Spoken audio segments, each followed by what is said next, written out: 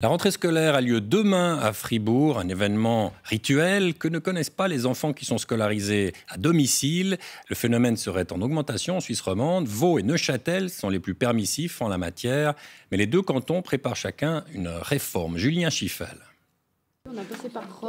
Ici, la rentrée scolaire passe presque inaperçue. Les enfants ont 4, 10, 12 et 15 ans. Maths, français, allemand, mais pas seulement, en famille.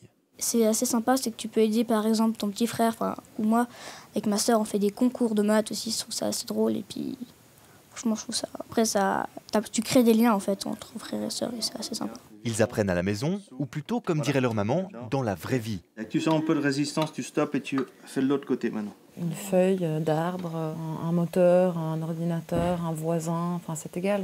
Les occasions d'apprendre sont partout.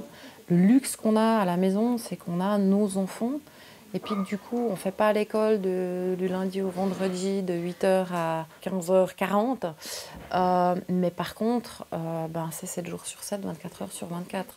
Le phénomène reste marginal, mais il séduit de plus en plus de familles en Suisse romande. Et les cantons ont des pratiques très variées.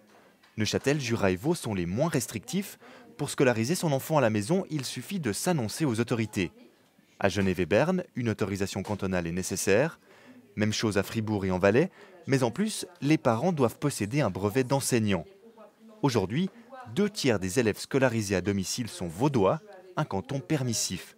Mais ici, on aimerait serrer la vis.